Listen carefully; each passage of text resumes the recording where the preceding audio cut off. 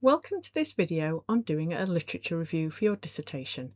In the last video, we explored what a review of the literature is and why it's necessary in a dissertation. In this video, we consider principles for the organisation of your literature review and whether a separate literature review chapter is always necessary. So how do you go about writing and structuring the review of the literature? At the most basic level, we can think of a literature review as starting out broadly with the wider topic and then progressively becoming more focused so that by the end of your literature review, it's clear where the research gaps lie and how your own research fits into the existing knowledge and understanding. However, it's important to understand that there is no single correct structure for a literature review. The structure of your literature review should flow from your specific focus, your theoretical perspective, and the body of literature itself. However, there are some typical overall approaches we might consider. So let's look at a few possibilities in relation to a hypothetical dissertation research question. What can the UK government learn from the Swedish government about solving homelessness problems? One common way of approaching the literature review is to organise it thematically. So here we can see broad themes form the basis of the structure, from understanding homelessness to the theoretical concepts of policy learning and transfer and specific policy issues related to homelessness. We can still see in this example a movement from the broader topic of homelessness in general to more specific focused themes such as theories and policy issues.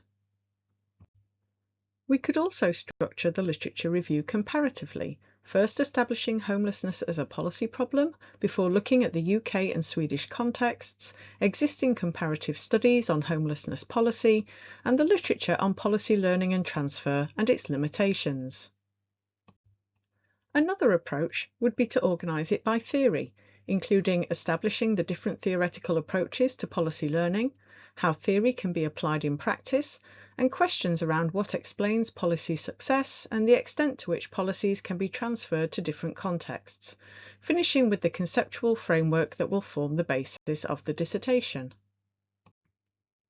Another possibility could be to take a historical perspective and structure the literature review chronologically, looking at how approaches to homelessness have changed and developed over time, and the contemporary debates that form the justification for comparing policy approaches in the UK and Sweden. No matter what structure your literature review eventually takes, remember that the principles for how you structure it should be based on the purpose of your research, on the argument you want to present, and on creating a logical route to your research question for the reader. Finally, this video has so far assumed that the literature review will form a separate chapter in your dissertation. However, that's only one possibility. It's also common for the literature review to be integrated into an extended introductory chapter or section, or to be integrated across the whole main body of the dissertation. What's the most appropriate approach for you will very much depend on your discipline and the type of research you're doing. In disciplines such as literature, philosophy, classics and law, dissertations are often entirely or predominantly secondary research, where engagement with existing scholarship is woven throughout the argument rather than separated into its own chapter. Dissertations in STEM subjects, such as biology, psychology and maths, are much more likely to involve primary empirical research, and the literature review is usually presented as part of the introduction, in a typical research report format of introduction, method, results and discussion.